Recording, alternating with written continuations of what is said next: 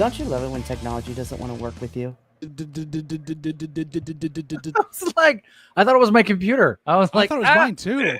Ooh, So, it was me. not to peek behind the curtain, but like usually I can see the video play and all that from my side of things. For some reason, I can't do that right now. So it's weird. But we are live, I think. Yep, we have the same. Let us know in the people running comments. our Can you actually see us? Right. Yes. We have the So same technology folks as AEW on some nights, so that makes sense. My goodness. But welcome to another All Elite Ensemble review.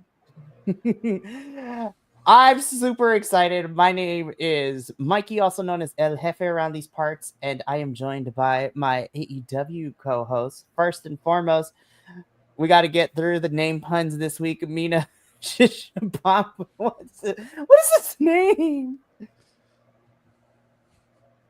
I can't even, JBL. Like, what is his name? It sounds delicious. Like, It I'd is probably delicious. order that. You have to kiss it first, and then afterwards you eat it. I mean, sure. I But mean, they are Greek. That is very true. JBL is in the house. Also in the house tonight is the professor, who is not in his usual spot. No, I'm in a boomer house that I could not afford in any other way. Air boomer, JVL and I were trying to find you in the crowd. We know you were here for the 4-hour epic of this. Yes. I was way off. JVL thinks he saw you. I do. I believe I have so. no idea. Have you gone back to look and find yourself? You're muted, Mikey. Technology still. Technology. Nope, Oh, you're still muted muted. permanently? Did you permanently mute yourself? Oh no! There we go. I don't know what happened, y'all. This is crazy. See, he goes away for 1 week and goes to a live show, and all of a sudden, everything. He was just apart. making a Young Bucks joke. That's why they bleeped him. Everything is on fire, but not really right now. But no, I'm going to go back later to at least her Dynamite portion to see. They didn't show us on Collision because me and Mama Laguillo sat down and watched Collision on Saturday from beginning to end. And I will let you definitely know right now, the order in which we saw things on Collision did not happen that way live. Ooh, Interesting. Which is crazy, but editing. Editing. Also, we got none of the backstage stuff, none of the pre-tape promos, except for MJF and MVP talking to Mystico and Briscoe, which we'll get into. But we are here tonight, this evening, to go over the special Dynamite 300 and Collision 100 episodes. It's crazy that we've made it this far in AEW's 5-year history, y'all. This is wild. Of course, I will also be giving my insights since I was there live last week for the tapings and give you a little bit of fun. Of course, I'm wearing my new Will Ospreay thing. So Fantastic, yeah. that was like really great. But John, before we get into all that, go ahead. I'm just saying the professor looks like he's about to sell us a timeshare somewhere. I just don't know how to I with know, the tiger I in the know that. background and like. It looks like a YouTube short ad. Like, hi, 4 years ago I was living in a van, and now. Hi, are you trying to escape America? I have so many ways that I can help you. Come here to Sweden. Be like, and now our special guest, Childish Gambino. This is America. That song is more and more accurate every year. It's It ridiculous. was accurate when it came out. I mean, come on. I know it hasn't faded at all. I guess it's still there. Very true. But we do a lot of stuff here at BC WrestlePod. Whether you found us through the algorithm, a friend, or just randomly, decided to search us out, we are a bunch of 12 wrestling nerds. Yes, there are 12 of us on this little team that like to watch and review wrestling. So we do a lot here at BC WrestlePod. So if you want to see our full reviews and reactions to things, you can follow us on the Twitch, subscribe to our YouTube page. We're also on Kick, which is very fun. But we also know that full-length reviews may not be out of the realm of possibility for some people, especially if y'all work a lot. But that is why we also suggest you following us at our social medias, because we do report cards for all the weekly shows and the pay-per-views, as well as other fun stuff. And you can see out of context clips that summarize their major talking points and totally does not butcher our public perception ever. It is not going to come back and bite us in the butt. Nor do they also always feature Mikey, even when Mikey's not talking. It is not my fault the program focuses on me, okay? I do a lot of the talking for a majority of these shows. I will say, though, CMLL, it is not mostly me, which is great. But even still, it finds a way to show me. There's 12 hosts. Mikey is 9 of them. Hey, I mean, we're not going to get into It's true. You do everything here. We may be figments of Mikey's imagination. Stay tuned to find out and listen while you're working on your job. I do a lot, you guys, but that is okay because I get a little bit of a break next week. So good luck. Anywho, I'm just kidding.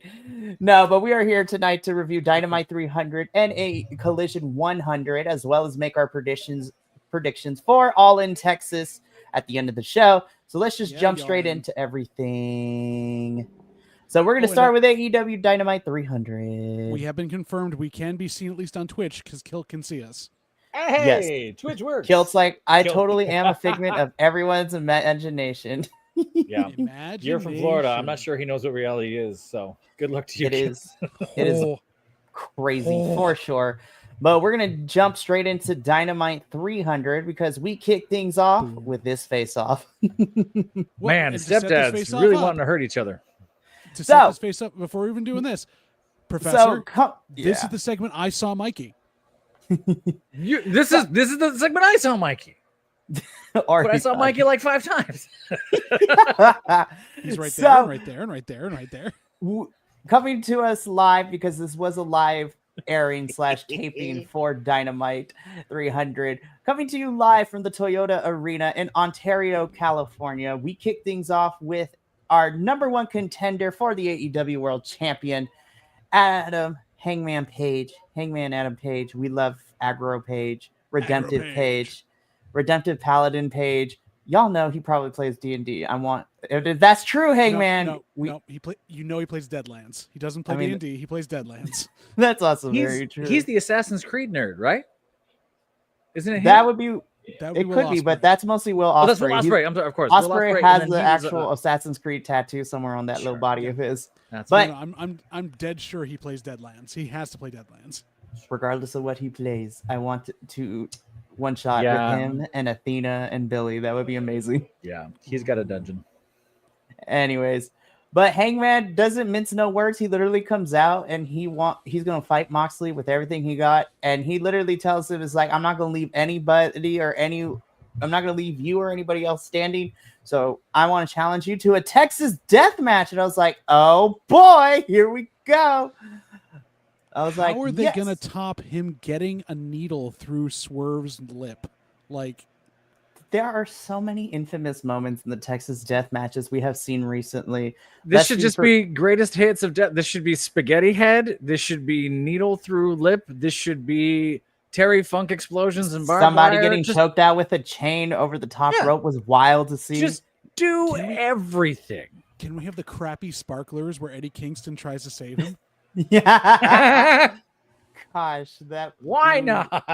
That match was But of course, then we get the Death Riders coming out with Jon Moxley and Marina Shafir, which was really it was very surreal watching them walk in front of us. I was like, this is wild, you guys. I was like, Marina, I love you. Well, I love that John also brought, like, Jon Moxley's going, you're not ready for this. You don't want this. I'm like, you do know he's the one that's been getting all these matches. I mean, he addresses it later. But I'm like, that's kind of a weird thing. Like, you don't want this. Yes, he does. He did just say it, John. And who are you to say he doesn't want it? The man that bleeds just by looking at himself in the mirror. So, like, which is very true. And I'm like, Moxley, he beat you in a Texas death match before I had a pay-per-view. So I'm like, what are we talking about? But Mox is like, nah, you're not ready for this, and declines at first. And then the last thing he says before leaving and then coming back, Moxley says, is that Hangman doesn't have what it takes to do what needs to be done to get this championship from him. I was like, Moxley, are we sure we're talking to the right person? But anyways. Mm-hmm. So I thought the whole promo section of this was actually pretty solid compared to what we've had the last few weeks. I didn't hate this. Really? What You bothered feel that? what bothered me, I think it fell apart. Wow. Well, I think we're getting to it. I didn't hate this narrative wise. I thought it was a little shoehorned. Fine. The tantrum that Moxley throws in a few seconds is hysterical to me. And we could talk about that. You mean So- when he has a mini stroke in the ring and can't find his words? Yes. That was wild to witness. But then does it again after what Hangman does, which I don't want to bury the lead, but it's just sort of like he's not even using words anymore. He's just like, what are we doing? All I can think of is he's got like extreme dad brain because his daughter is getting like he's 4 or 5 right now. And he just has not been sleeping at all. Oh yeah. This Yeah. was wild, but of course, Hangman proves Moxley wrong that he does have what it takes, and he bucks. Well, first there's a whole set of things that happen, right? Yes. So The meth riders come out. They get their asses handed to them. Claudio, and tonight will be the night that I Tonight. fall for you, Wheeler Yuta. No, fall for Utah. Fall for Yuta. They come out to beat up Hangman. We get all that happening. They leave. Hangman is just like, you're gonna have to kill me, bitch. I was like, oh my gosh. The ops So- come out. Yeah, they try to get back in. The ops come out as the bodyguards, which is crazy to me, and all that stuff. But essentially, what ends up happening is that Hangman says he does what it takes. Buckshots, lariats, Marina Shafir. No, but this is after she slapped him a good half dozen Right. times and like provoked him. It's crazy. Which leads us to what we are getting, which is a Texas death match. Talk amongst yourself for about a minute. I'll be right back. I did not. I love that it's a Texas Death Match. I have no problem with that. What was funny to me was Moxley throwing the tantrum after Hangman destroys Shafir in the ring, Yeah. but just go, "Oh God, I can't believe that happened! Oh my God, I can't believe it!" Like, what do you? You just You what- left come her there on. to get that. I mean, you sent her in for this express purpose. And Yes. but it's the hand movements. He looks like he's a man, like a marionette that the strings are getting tangled. Which He is can't so figure funny. himself out. Because the promo we had last week was like this cool, brooding, solid, like, oh wow, look at that. And then this week to go full Muppet. I mean, it makes me think, what take was that? Oh, I wonder. That's a good point. They had done 30 takes and he's just fucking exhausted. Exactly, and that's when it works the best because you're done, you're emotionally drained. Yeah. It all seems to work. Yeah, that's why I was wondering, like, you thought when you said you thought this worked, I'm like, from a side of it did, but just Moxley did not hold up his end on most of this. It came down to his bodyguards and everyone else doing their stuff around him. But we know this death match is going to be bloody as hell on both ends. Probably going to bleed in the first 5 minutes, either on purpose or not. I don't know how they're going to top half the other stuff that's happened even this year in other death matches we've had. Yeah. But then it's going to be shenanigans the entire time. It's going to be everybody in the locker room coming out to have the dustiest of dusty finishes. Probably. And just don't- that's going to be their tribute to Texas, right? Like that's going to be kind of their nod to look where we are, sort of thing. Right. I just don't know if that means Hangman's actually winning. Yeah. Well, see, I thought Hangman was winning up until this point. I was like, Moxley doesn't seem like he wants the title. He's kind of indifferent to the whole thing. He put it in a suitcase. He doesn't even carry it. Like I get the impression he doesn't like this story anyway. I get the impression he doesn't kind of like what. Yeah, he's just sort of like, I don't like this. We got to get out of this. Let me drop the title. Let's disband for a little bit. I'll come back in a different way. Now it's really only interesting if he wins now, and then Hangman has something to do after the fact. Right. Now that he's called his shot. Right. But now, this is for based the on what war. happens later on in Dynamite, which we'll talk about when we get there, I'm like, you're not going to have all these folks lose in one night, are you? Well, I mean, this is their What- WrestleMania. You never know. That's the biggest thing. I guess so. Yeah. Yeah. I just it muddies the waters enough that I don't know what's about to happen, and Sure. I feel like there's also a weird dusty finish at the top where they crack that briefcase open and there's nothing in it. Oh, well, they got to do the whole Pulp Fiction thing. They got to open it. It's got to light up. They got to be all excited and then close it again. Like that's the only thing that's going to work at this point. Pretty much. Maria Shafir by herself doing that would be amazing. Or they open it and a series of wrestlers start coming out of it and it just doesn't stop. And it's just and folks are just all climbing. The injured wrestlers coming back. That's where they've been the whole time, locked up inside the briefcase. Chris Jericho pulls himself out of there. Bjorn Kringleson walks out. Ho ho! It's been so long. And I thought my sack was deep. That's not a deep cut. For those of you that have no idea what that reference is, you're gonna learn it in a few months. Don't worry, it's coming back. We'll figure something out. We'll figure something out. But again, this is going to be the most Avenger-esque overbooked thing. Right. Everyone shows up to get bloody and do things here. I don't know if I hate that or not. I'm taking the over-under on whether Jon Moxley bleeds coming out of the backstage area. Just he gets through the entrance and he just bleeds. It's gonna be wild. I don't know. So, I think that I don't mean to beat this to death. We got a lot to talk about. I think the danger in this is that they try to up everything they've done. Does that make sense?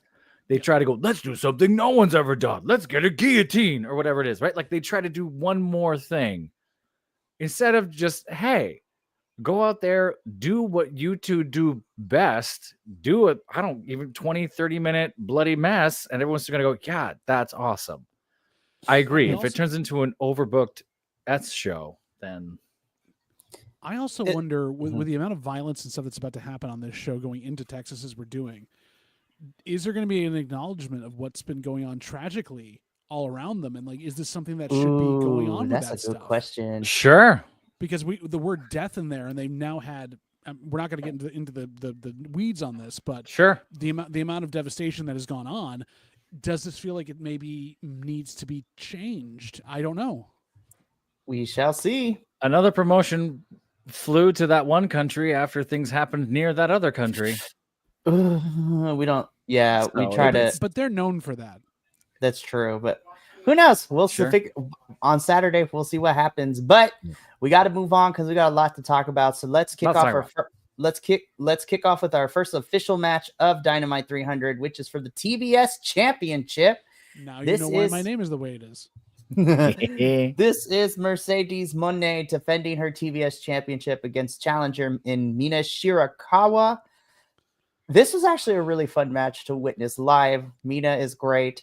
This is the second time that me and Mama Lagulo have witnessed this interaction because prior to this, these two plus Azumi were at Resurgence at the New Japan show we were back in May. I enjoyed this match. I like this. I was rooting for Mina so hard. I think we all. But yeah, absolutely.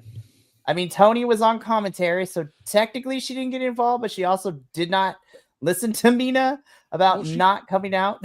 She didn't do anything. I don't know if you caught what was going on, Mikey. She was catatonic. She just at that sat table there the entire time. Yeah, she sat there at her dinner table, just kind of watching, stunned at what she was saying. Involved, yeah. So she stayed true to her word. Mina, we love you so much here. Unfortunately, it was not enough. Mercedes does retain her TBS championship, but there was a lot of fun stuff here. Mercedes really loves the Meteora. I'm not even going front. I was like, I think I counted like 4 times she did the Meteora in this one. Yeah, she did like 4 or 5 of those. Yeah. Yeah. And I thought every part of the ring. The beginning, I felt like they were on the same page, but this was still the same negotiation of how fast am I allowed to work? How far are we going to take this? Right. I didn't think Mina slowed down necessarily. I thought Monet had to catch up a few times in some of the spots at the top of this. Nothing was bad. This was a fun match. This was a great match. And I like where Mercedes Moné has been going wrestling wise and ring wise the last few times we've seen her. And I think that's right. And I think Mina brought that out in her for sure. Yeah. Like 5 or 6 Meteoras. Well, and they worked a fast match. I come back to well worked pretty much between the two of them. They understood what the assignment was. The only clunky part for me was the kind of like back and forth where we're switching our finisher to finisher because the setup from Monet's is so hard to do that it makes it impossible to make that look smooth. Yeah.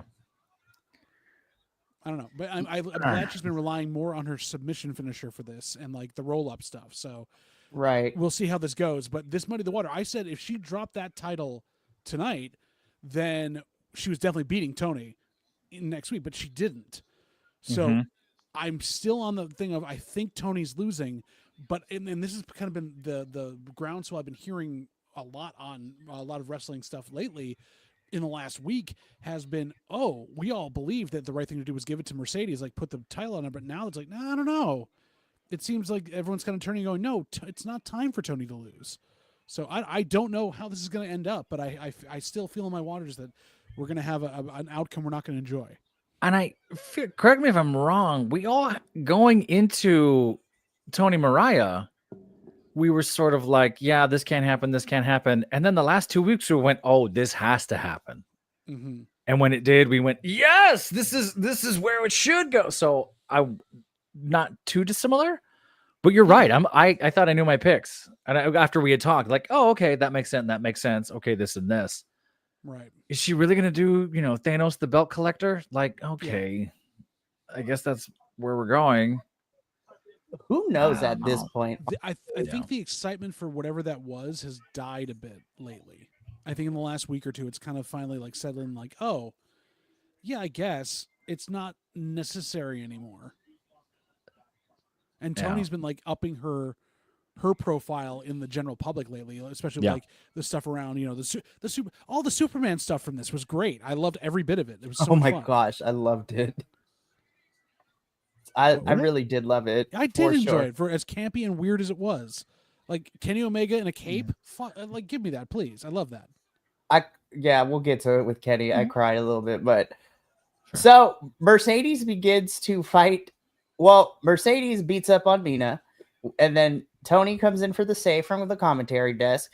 Mercedes proceeds to lick the cake that Tony had, and then just head back to the backstage area. I was like, man, I wanted some of that cake. And it was a cake congratulating Tony on 1,000 matches. I was like, damn, already? Wow. Yeah. 1,000 matches for her career or in AEW? I was I going wanna to say, say- it can't be AEW. It can't be AEW. There's only 300 Dynamites. Well, and they I would barely say use maybe women anyways. career. Because, It's got to be like, career, right? yeah, Yeah, which is it's gotta be still career. crazy. That's insane. So we love Tony Storm. Very interested to see what's going to happen. We'll get into our predictions for All In at the very end. But yeah, so again, all right. So within the span of like This could be 10 so minutes much for us that better. was there, yeah. listen, as a Southern California boy, as much as I don't like the Young Bucks' character right now, and they're kind of cringy and corny a little bit, dare I say, I don't know if they have to pay royalties, but watching In and Out Beyond national television, I was just like, I can't be mad. And of course, Southern They didn't go far California. enough. I was gonna say, I was just like, I recognize some of these areas, and we'll talk about it, especially with you, Max Caster, talking about the Inland Empire. I was like, ooh. Mhm. So, but For those we of you get don't segment- know, Inland Empire in Grand Theft Auto is where Trevor lives. That's if you need to Yeah. know the map. That's kind of how that area works. Yeah, it's kind of crazy. There's also a lot of industrial in the Inland Empire as well, so it's kind of crazy.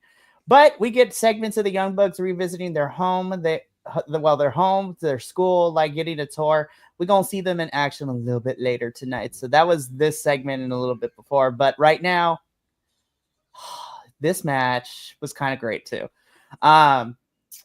Brody King is still baby daddy. He wrecked house. It was wonderful. Oh my gosh. was I was like, great. He brutalized everybody, but this was a fatal four-way to see who would end up getting the number 2 spot in the Casino Gauntlet match at All In Texas. So this is our no kings except if they're named Brody King, and MJF, who has a kosher pickle. Mark Briscoe, we're going to talk about it in a little bit. So good. Anthony Bowens, who I love seeing wrestle, but I don't know what we're doing. We're going to talk about it when we get to Collision, because I'm like, this on again, off again relationship with Billy Gunn is kind of getting too crazy. And then, of course, the homie to the channel, AR Fox. Loved the stereo squash things that Brody King did on the outside to both Bowens and AR Fox. That was crazy and took them out. I love the commentary, and even MJF, when he was being smart and getting on commentary, were like upping AR Fox. They were giving him his props for flying, and he was doing some random stuff that like probably shouldn't have worked, and a couple times it didn't. But he was being innovative. It was great. I love watching him on his stuff. He seems to have ideas and just go, I'm gonna try this, and just hope that the other dude catches him a few times. But it's never. I don't want to say it's never dangerous, but it's always like on me. Like, hey, just catch my feet. Okay, what are you doing? Or whatever it is, right? Also, it did not take long though, because Brody King, there was a moment in this match that he made his new Twitter profile picture, which this is great. Oh yeah, that's the one. Money, that aggressive, manly hung from behind. Yeah. Good night. Good night indeed. That chop MJF took. Ooh, that was super crazy. Like, wasn't it Brody King that chopped Simon Miller too? And Simon Miller was like, "Oh my God, I'm gonna die." Yes, Brody King is a very heavy-handed man. Beautiful. I thought this was great. We all kind of knew what was gonna happen. We knew what the scripted ending was gonna be. I loved how we got there. I thought this was fantastic, and I don't really love shows like this. Like this tends to drive me crazy. Mm-hmm. This was great. Brody King doing that cannonball into all three of them. Like nuts. Like there's some great spots in here. There was a lot of great spots in here, and I love this. It was a car crash, but it was very well organized for a car crash, if that makes any sense. Everyone played their part. Everyone got to show off some stuff. Everybody was jumping off things too, which was really fun. We figured MJF was going to win this because that's the story we've been telling, but I did not mind how we got there. MJF does end up winning this. He earns the number 2 spot in the men's casino gauntlet match. And then we get a little bit of some promo time. That shirt, Mark Briscoe, is actually on sale, so we gonna buy it. Be like, no, is it really? It really is. Go to AEWshop.com. The MJF has a tiny kosher pickle shirt is available, y'all. I need to go check the price on that. For real. So I'm like, this is great. So Mark Briscoe is tired of MJF calling him poor and everything else and just being a dillweed. So tomorrow night on Dynamite, and I kid you not, when we get to the graphics, Mark Briscoe wants to have a little talkie talk with MJF. And then, of course, because it's Mark Briscoe, the whole crowd in the arena started to say, talkie talk. MJF's like yelling, he got that over? Talkie talk? And kosher pickle, too, man. It's Mark Briscoe. What you expect, Maxwell Jacob Freeman? Like Sheldon, Bobby, and MVP trying not to laugh as Briscoe just gets all these dumb things over in succession. Is crushing it. Speaking with jumping back just quickly, do you remember when a match off the apron took out whoever it was, and Sheldon's giving him the thumbs up? Bobby had to stop him from doing that. It was like all about that. I thought that was awesome. Yeah, I hope they have plans for all three of them. We know for Anthony Bowens they don't, but I really hope they're finding something to do with Brody. I want to see AR Fox more. Do something, man. Yeah. Get that passport fixed. Come on, man. For reals. But this wasn't the only segment we got because we kind of combined 2 segments into one. Well, yeah, because Jet Speed decided to go get their asses handed to them multiple times. Why? This is a pet peeve. This is a pet peeve of mine. I'm really tired of these tape rib situation. I have seen it too much this week in a bunch of promotions. I was like, put it on the arm, put it on a leg, do something. I'm tired of broken ribs. Also, it looks like Speedball, his top ribs underneath his pecs are broken, but yet Kevin, he's got like down in his like abdomen. I was like that's below his ribs. He's got a hernia. That's what he's tucking it all in. That's bowel gas is what he's got. Bad case of bowel gas. something like this. I will say though, Speedball might be sore though, because that 6-man scramble this past Saturday at Maple Leaf Pro Wrestling against the likes of like TJP and all of them was wild. Stay tuned for that review on Thursday. But these two basically try to be Jeff Hardy versus The Undertaker from the early 2000s. And it did not. I love these two, but I was just like, it went on for a little bit too long for us. It went on very long. I could only imagine what it was like in the crowd to sit through this thing never ending. I mean, the Mikey, crowd what was was it like? definitely, yeah, I will say the crowd was definitely behind Jet Speed, but it did take us a little bit long to get to the point where these two they're going to have to, Hurt Syndicate are going to have to kill Jet Speed at All in Texas if they want to retain those tag team championships. More on that in a little bit. And That of whole course, phrase, the whole phrase of "you're gonna have to kill me" thing is getting played out real fast between Well, Hangman and that's- these two. I think we heard it 2 more times this night. It was Jeff Hardy's line. Oh yeah, Right. yeah. it's giving me the equivalent of, if you're going to hit me, hit me. I was like, okay, calm down. Like, but Hit me, daddy. Hit me. no, that's Brody for later. Anywho, Mhm. Brody gonna But- chop you. on top of Mhm. all this, though, this sets up Shelton Benjamin versus Kevin Knight on Collision, which definitely got changed later in the evening, which becomes a triple threat for Collision, which, again, we'll talk about it when we get to Collision.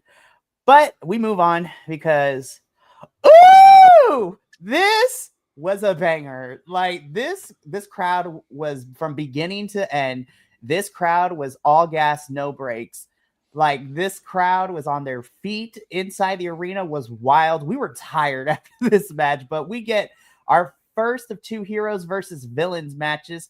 This sees our ROH World Champion Bandito, who has had a hell of a week, a hell of a last 2 weeks in everything that he's gotten to do, and he's about to have another one and another banger this Friday when he defends his title against Takeshita. But we get Bandito teaming up with Paragon, so Roddy Strong and Kyle O'Reilly, and they are taking on the team of Konosuke Takeshita and the Young Bucks. This match was awesome. We had such a great time with this one. Yeah, the Young Bucks actually know how to throw a super kick, and they look great. Yeah, they did. Even Roddy Strong looked competent. It was crazy. Solid. I mean, it's a strange pairing, but by the end, it was like, oh, I enjoy this. The fact that the Young Bucks got over like faces the last, 45 seconds of this. To be fair, even though they kind of got booed, we also kind of cheered them because this is their hometown. Yeah. They were all over it. I was like, look at them getting the momentum here, which kind of took a little bit out of the promo that follows right after it, but we'll talk about that in a second. But still. This match was great. Bandito doing the one-armed thing on Takeshita. Yeah. Oh my gosh, it was so good. Ridiculous. He made Takeshita look like a little kid for a hot second, and then Takeshita destroys him. But still, like, oh my god, this was so much fun. There is nothing you can say more to this other than the fact that we did take away the Bucks, take away Paragon. We need Takeshita Bandito like 2 or 3 more times somewhere out there. That's I said this during the CMLL thing 2 weeks ago. I was like, I would love to see that, and now it's happening. Well, I'm excited again. I'll be the only one who does the review for it unless somebody wants to join me. But we are getting Bandito versus Takeshita for the Ring of Honor World Championship. And I'm very interested to see if Takeshita wins and he takes that thing with him to Japan. Oh, man. Because he's going to be competing in the G1 as well. Takeshita is just living his best life right now, man. Like, this kid is crazy. Yeah. He gets to wrestle Bandito at the end of this thing too. Bandito got some extra height on that, whatever that power. God. I was like, how did they just a little extra foot here and there on these things is incredible. I kid you not, all the international wrestlers on Dynamite 300 is like, let me see if I can create the biggest viral moment for everybody to talk about. Sure. This was this one. When we get to the main event, Ibushi and Okada just like, I think somebody died. Man. You know they're trying to one up the CMLL shows too. It's like, we got to be better than that now. And of course, you know, it was so good. Yeah, go ahead, Professor. And I agree with the one up of the CMLL shows, or at least match them, because you're not going to one up some of those, because those were just gorgeous. They were ridiculous. But how do we do the best of our American style, whatever it is, or show the best of what we do here and how we do what we do here? I agree with that. I was surprised I had fun watching the Young Bucks. I was surprised I had fun watching this whole thing too. Here's the thing, like, I know we say a lot too. I know we say a lot of things about the Young Bucks, and I don't want to say they don't care, but when they put in the time and the effort to make everybody look good, including themselves, it works out for everyone, and this was one of those times.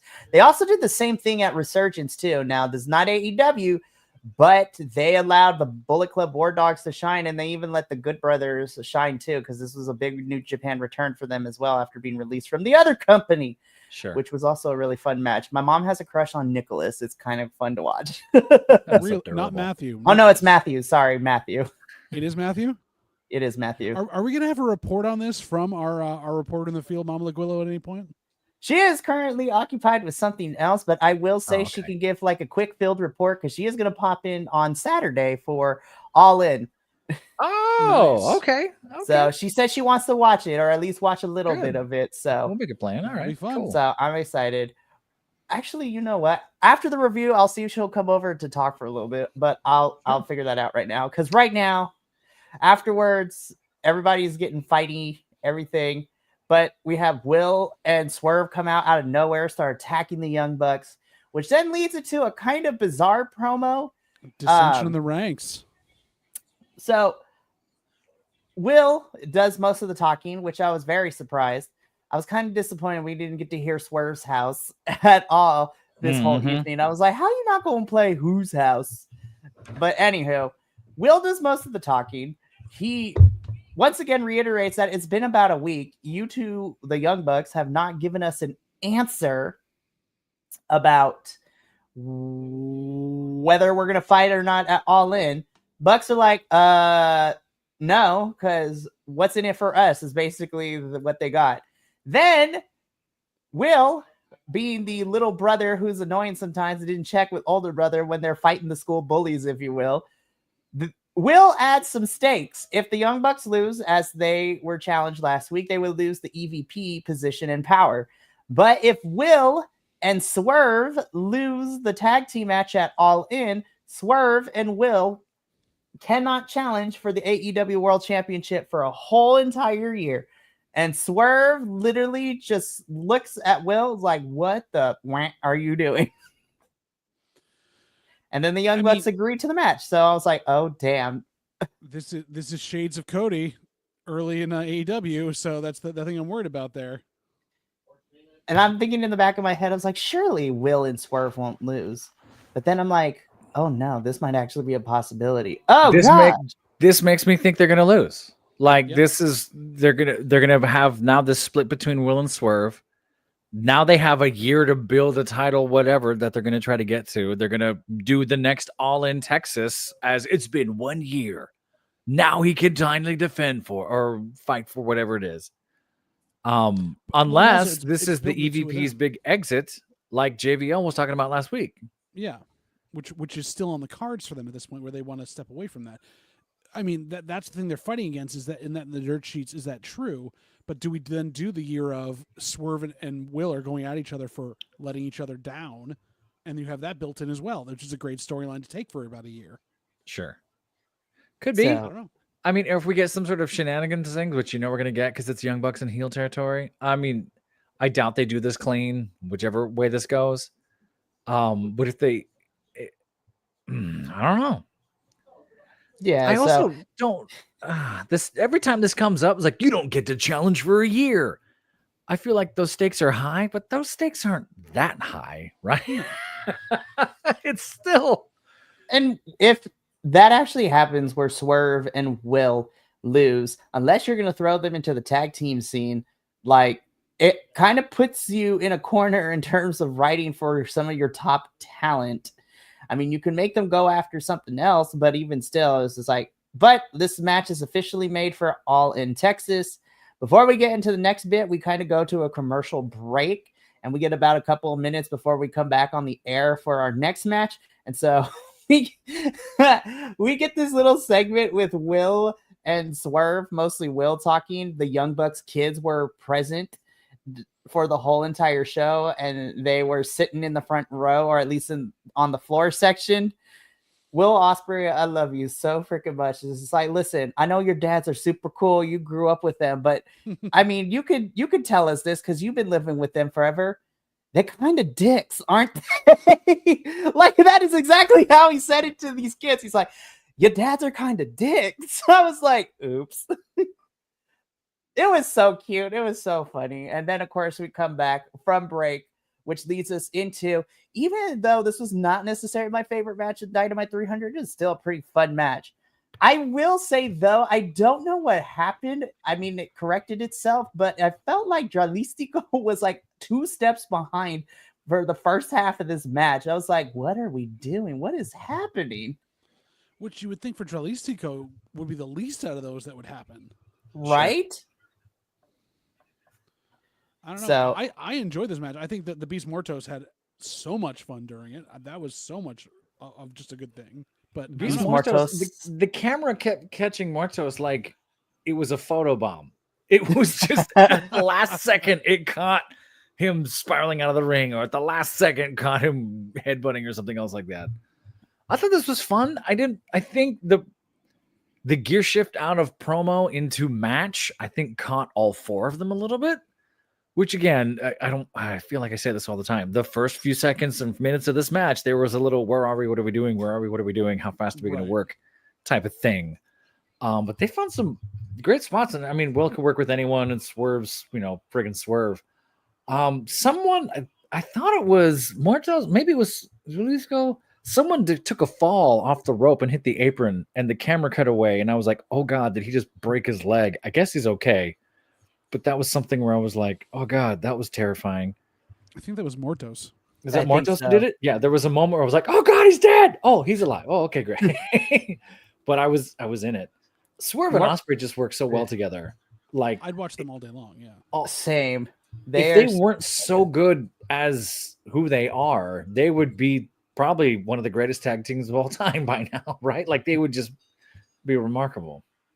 Which could possibly, depending on what happens at All In, could be a possibility. But Will and Swerve do pick up the victory here. They do beat Dralistico and Beast Mortos, attorney at Raw. That's so good. I'm a simple beast. I do not know the ways of laws of man. I'm just a simple Beast Mortos. Exactly. I don't know your modern ways of being in American politics and law. In the mask. Again, another one. Beast Mortos is living his best life now. Now that CMLL has kind of, and Beast Mortos have come to an understanding after everything that happened 14 years ago. Listen, I love CMLL, but they be petty AF. They're like your ex-girlfriend. They will hold a grudge forever. But since being able to be a part of Grand Slam Mexico, tomorrow evening you will catch, because Beast Mortos was at CMLL this past Friday. He's going to be there again this Friday. So I'm just like, this is great. Awesome. It's so good. But we got to move on, though, because we got to talk about. Got a lot to do. I keep seeing my improv teacher is on these commercials all the time. But we get to our main event of Dynamite 300.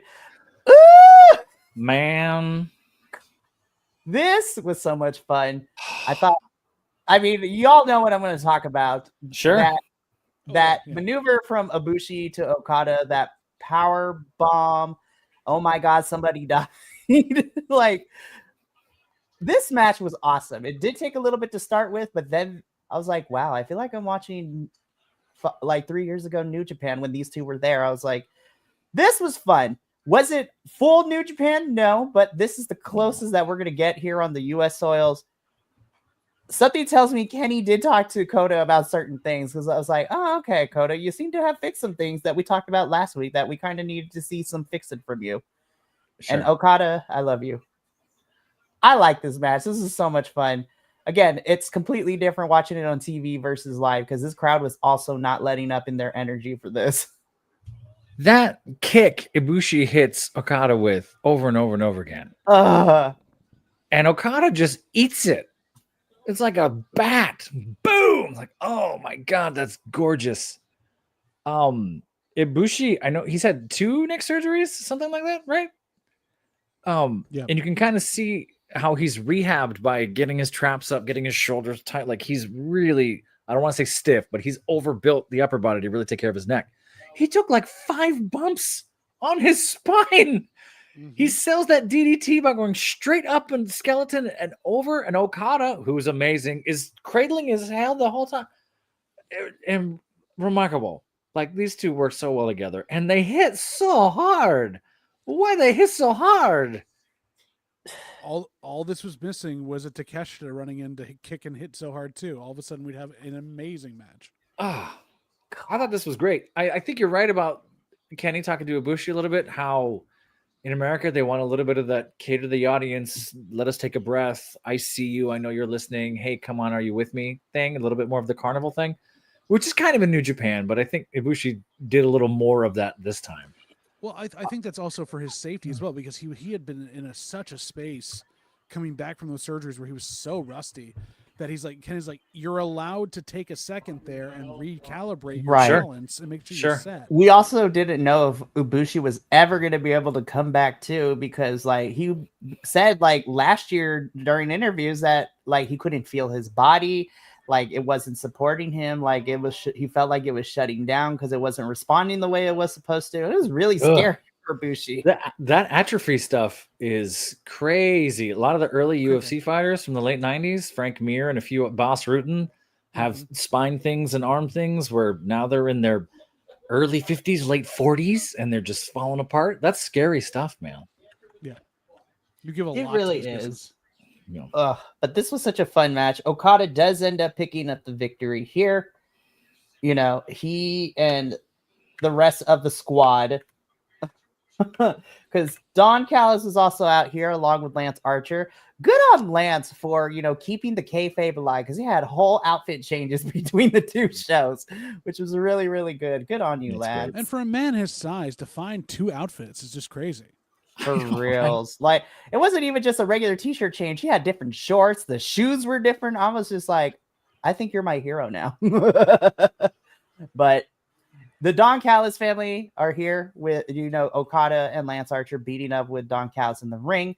Of course, I figured this was going to happen, but we get the proverbial battle cry theme playing. Kenny Omega comes out with a chair for the save, and we get a reunited Golden Lovers. They almost kiss. I was yelling kiss in my I was yelling for it too. I was like, There were a couple of chances. Ah. There were a couple of chances where they're like, kiss, kiss, kiss. It was just like the biggest will they, won't they in professional wrestling. So good. It's like the final verdict is they probably smashed. Oh, easily. Right after the show. Right after. Look at that face. That's the face of someone smashing. Like, just look at his face.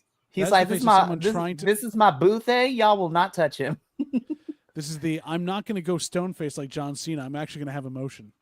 Yeah, sure. Yeah. Over the shoulder. Yeah. Yeah. So Kenny has returned after getting beat up 2.5 weeks ago, saves Ibushi. Dynamite 300 goes off the air. But we did get a really fun promo from Kenny in between the tapings of this and Dynamite and Collision, which was a lot of fun.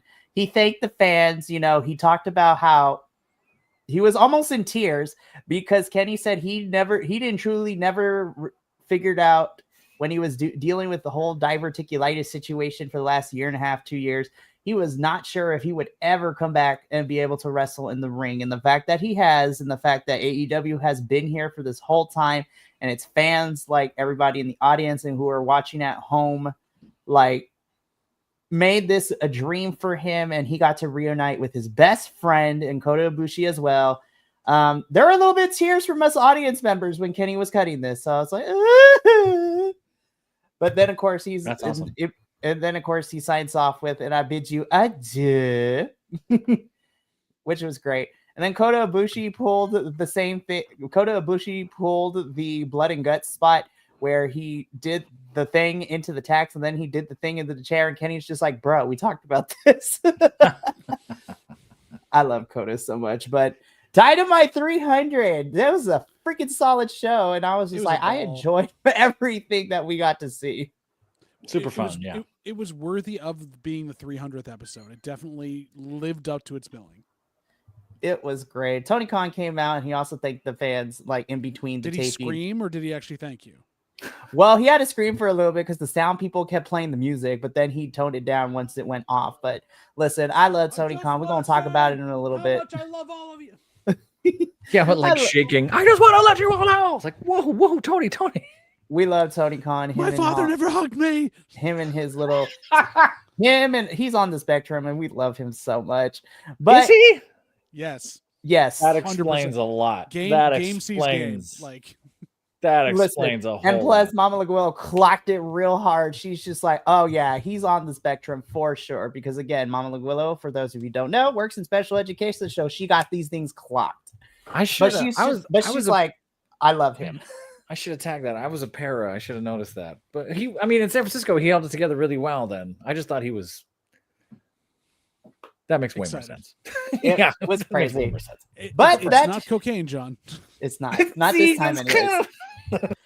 But that takes care of AEW Dynamite. So now let's jump into Collision 100, because there was also a lot of emotions and things that went down here for me being there live. So I also have to say quickly, I'm just sad they're still using Saturday Night's Alright for Fighting as their theme song. When are they going to switch to Power Man 5000 when Worlds Collide? Like, that needs to happen. Oh. I mean, shoot, we changed Dynamite's theme to Sum 41's You Wanted War. So I'm like, I think Collision should get an upgraded theme song. I'm ready to go, cause I'm ready to go. And I'm just saying, so good. I'm not claiming to know like how I'm not claiming to know how federations deal with when it comes to these kinds of stuff, but because AEW is, let's just say it, more progressive than certain other promotions out here, I was just like, there are so many bands. GCW. Yeah, there are so many bands that you can get to do these theme songs. There's a whole bunch of like POC fronted bands. I'm just saying Magnolia. Power Man 5000 probably wouldn't even care. They just like, yeah, go ahead, take it. That's fine. But let's jump into what kicked off Collision 100. It was story time with Adam Cole, baby. So Cole, I love you so much, but this was, girl, this was not it. I was just like, this whole segment was kind of crazy. This is 3 weeks in a row where someone who had been one of the best promos in the business for a year and a half just again wet farts it. What happened? Really? Adam Cole by himself was not great, because he talks about, being proud to be here at AEW, make it into Collision 100, yada, yada. He wants to be a fighting champion. I'm like, sir, then fight. Don't tell me. Just do it. It's because he's a fighting baby face right now, which he doesn't do well as. So, but then he gets interrupted by the proto star, Kyle Fletcher. He made Jon Moxley look legible. Ooh. Really? Do I gotta go look at this? Is it that bad? No, don't go. Don't go look at this. I don't know if the camera showed this, but the first thing me and Mama Lagulo clocked was like, I don't know if Kyle Fletcher got stung by a bee or something, but he had a big old knot at the side of his head. I was that's from one of the matches he just did. He landed hard. Oof. I was just like, he got cauliflower ear, but on the head. I was like, that's no bueno. That's called a hematoma.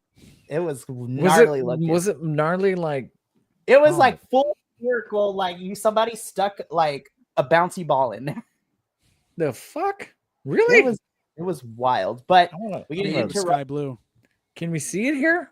No, you can't see it because again, we kind of saw, but not. We were able to clock it from where we were sitting, which from was the crazy. seats. You could just see this thing. But then again, they also had the camera. They also had the screen up on the rampway, like projecting the talking from the ramp too. Oh, okay. But Kyle Fletcher comes out and he's like, I want to fight you for this TNT championship. Then Daniel Garcia comes out. It's like, no, I want to fight for it. Adam Cole's like, let's make it a triple threat. And Kyle Fletcher's like, no, we ain't going to do this because I pinned the TNT champion and never got a match for it. And Daniel, I love you, but I was laughing so hard because it's like, well, congratulations. You beat Daniel Garcia, Kyle. Hell, who hasn't? I'm like, that was not the thing to say, Danny. That was not the thing to say. Oh, that was not great, y'all. Damn. Oh my gosh. Hold up. Kilt Man right here. He's like, this is my first time I've seen Adam Cole, and my immediate reaction is, why does this look like CM Punk and Michael Cole had a love child? Wow. Kilt was on that one. That's relatively accurate. Not too off. Yeah, not too far. That's not too off.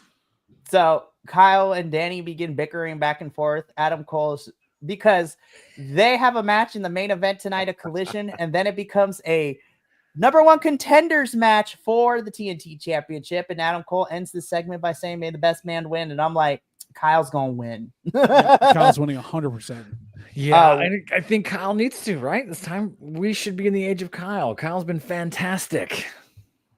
When we get to our predictions, Adam Cole, I love you, but this title going bye-bye. I think it's going bye-bye. Transitional champion. Yeah, but we'll talk about it when we make our predictions, because right now, let's get into our first match of the evening, which was the first match that actually got recorded. This became a triple threat because Nick Wayne and the Patriarchy wanted in on this match during a backstage segment. So I was like, okay. Which I love. So we are getting Shelton Benjamin, who was amazing. And those running knee strikes are still a thing of beauty to watch in here. I'm like, oh my God, Shelton Benjamin, I love you. But he is taking on Kevin Knight and call me Nick Wayne, Wayne's World, Nick Wayne over here, our ROH TV champ. This was a really fun match. I will say it was fun watching Nick Wayne play the chicken shit heel and running away for the first chunk of this match. And then him and Kevin Knight teaming up to take down Shelton Benjamin. This was fun. I enjoyed this match. Nick was bouncing all over the place. He looked so fluid in this match. I was just like, yes. Whatever he did in Japan has rubbed off so well. I was gonna say he was bringing he's bringing the energy that he brought at the Best of the Super Juniors in Japan, because this is exactly how he was flying over there, which was great. Same thing with Kevin. Kevin was also pulling out this energy from the Best of the Super Juniors. I'm like, AEW, send more people to Japan. I'm kind of disappointed we're not getting any AEW girls heading to Japan for Stardom's tournament, but that's okay. Well, who would at this point? All eyes are on Mercedes Moné. You haven't built up anybody else in the division to go there. That's true, because Anna Jay did really good in the 5-star tournament last year, but you know she did good this evening. That is also true. Well, we're going to talk about that, because we're going to talk about that. I thought it was fun, but we'll get to it because there were some issues I had with that match. Mm-hmm. But this was a fun match. I enjoyed this one. Kevin Knight wins, which is great. He's hurt and he still wins. Yeah, that's the story we're telling. I was just like, Jet Speed, unless they pull a crazy one, I don't think Jet Speed's win in All In, but we'll see. Yeah. But yeah, we shall move on from this We because need to. That's the photo you grabbed. You grabbed. This is the only photo. Farting and Yuta just hiding from someone else. This was a weird ass promo. I'm sorry, y'all. This was crazy to watch. Because, listen, I'm here for bilingualism, but I was just like, Claudio and, dare I say, Max, your subtitles suck. I'm sorry. Your subtitles are bad. But Claudio makes a declaration that Death Riders are coming for the Ops to take the Trios Championships back, and Wheeler looking like he belongs in My Chemical Romance, like, tribute band. So I'm just like, this was a weird segment. Wheeler, why were you here? I'm his hype man. Oh. Wheeler's been getting misused for a long time. I'm not sure if they know what to do with him. And it's weird because I find whatever he's doing with Chris Statlander interesting, and then he goes back to this. I'm like, this is kind of stupid, y'all. I'm not even going front. But that's the fun transition. You see both sides of him, and which side is he going to go with? That's true. So unless it's on the main card, or it's probably going to be on 0 Hour, I'm pretty sure we're getting a Trios Championship match. I mean, I would love to see it on the main card because I feel like it would kind of suck to put Joe and Shibata and Powerhouse Hobbs on the pre-show on 0 Hour, but I'm not the booker, so I don't make these decisions. On top of the fact that it's going to be them being cost those titles by Hook. That's right. Hook is still running around in this weird story. Like, we don't know what's happening anymore, but we move on. I cried like a little... Holy cow. I cried like a little bitch during Mystico's entrance because we had no idea he was going to be here. We cried like a little bitches. It was wild. The level of standard of work in this match was higher than anything I'd seen the last couple of weeks. This was such a fun thing to watch, and it did not. This is where it's worth me watching, huh? Yes, Hologram alone working Hechicero was ridiculous. So we get this trios match. This is the face team of Kosher Pickle, Mark Briscoe, the Kosher Pickle, Mark Briscoe, Hologram. I want his vest. And we were very surprised with CMLL's owned Mystico. I cried like a little bitch again. Taking on the team of what they're pronouncing now is RPG Vice. I'm like, they're still Roppongi Vice to me, but I get the whole, name thing. But we get Rocky Azúcar Romero, Trent Beretta, and also from CMLL and Mr. Echiseto himself, the Alchemist of CMLL. This was so much fun. This was a lot of fun. I had it looks like it would be. Yeah. You can't say anything else except that like it draws you in. You're not at all wanting for pretty much anything in this match, and you get comedy, you get high flying, you get amazing back and forth. It just was so good. I had a great time. You know, we'll talk about it after our segment because match ends. Baby faces stand tall. They're celebrating. Mark Briscoe is hitting the air guitar during Mystico's theme song because it was great. Well, I should say Mystico picks up the win for his team by hitting La Mística, his finisher submission move. But then, of course, on the Titantron, we get MJF and MVP. You know, this is pushing the narrative of what we're getting tomorrow night on Dynamite, where MJF is like, I don't know if I want to have this talkie talk, Mark, but we're going to. It is great. We love to see it.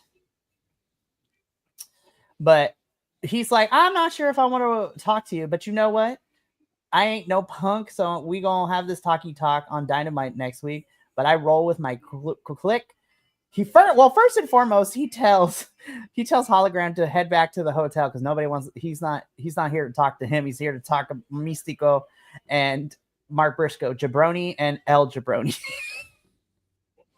And then, of course, in this unprecedented times, MJF does the ultimate heelish mood and use that for full advantage. He's like, why don't you two, I don't know, do what poor people do and go count food stamps or something? I'm like, not anymore. But I was like, ooh. Again, this is what happened. This was wild. Damn. Now, when this happened in tape, this all happened before what happened last week, but we won't get into that. MVP with the Spanish, man. Yes. But then again, I'm not surprised. This man wrestled in Japan. He knows Japanese, Spanish. Like, I want to know what other languages MVP knows. But we get the talkie talk.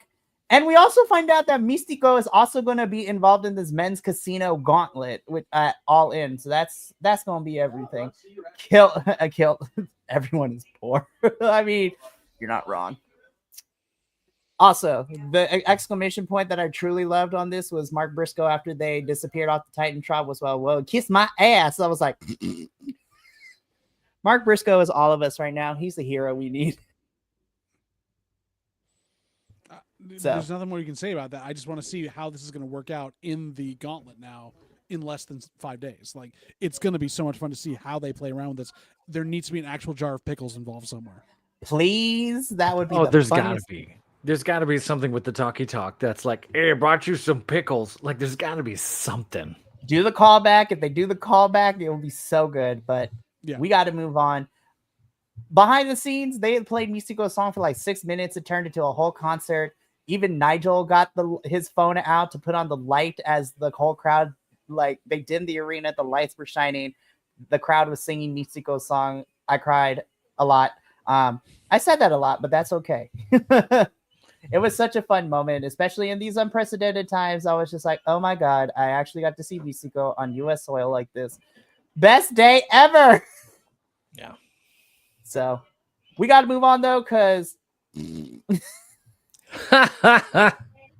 Oh, man. Again, the order of all this is not what happened. So yes, we get the... I cried so much, I became a full-ass bitch. I mean... Everyone likes a full ass. Very true. Again, the order of everything we got, I'll tell the true order when we get done with this, but we get the Max Caster Platinum Max Challenge. And I also screamed tears of joy because Max plays with the crowd for a little bit. We give him that energy. He's like, I have to be a heel because I want to say y'all are awesome because we played along with everything Max wanted, which was great. But unfortunately, he sets the timer for 5 minutes and he's waiting to see who pops up. And we got the return of Scorpio Sky with Christopher Daniels and Top Flight and Layla Gray. Apparently, all of them are now a faction. They are the new they are the new SCU, which is great. Oh my God, I've missed Scorpio so much, JBL. He has gotten like beefy since he went away. 600 and something odd days they said. I'm like, no, it can't be that long. And then I looked it up and I'm like, oh god, it has been Yeah, that long for Scorpio. It's been Okay. 2 years. I know not 2 who this years. is. I'm excited. So let's see if we could get the rundown. So before going Cool. to NXT, Scorpio and Ethan Page. Sorry, What? mind blown. Sorry. You good? No. Anyways, so before going to NXT, All Ego and Ethan Page and Scorpio Sky were like men of the year, and then that kind of fell through. But Scorpio was a big part of like the TNT Championship division. Him and Sammy Guevara had some baller matches. Him It and Christopher was Daniels when the first All In. They were in the, like him as SCU. Like they were a tag team for the first little bit there on the first days of AEW. Maybe I do remember this then. Maybe I'm just old. All right. So Scorpio Sky beats Max Caster in less than a minute. I've loved Scorpio. I am happy he's here and he is back. I'm excited to see where he goes, as well as where this whole new revamped SCU is going to go. SCU. So excited. Love it. Willow, I love you so much. But of course, you know, AEW, as much as I enjoyed the evening, this was definitely one of the points I got mad at, because I was like, look, I know this is going to be meant as a squash match for Willow to get a win. I was happy to see your mom's favorite Chola, Viperous, in the ring.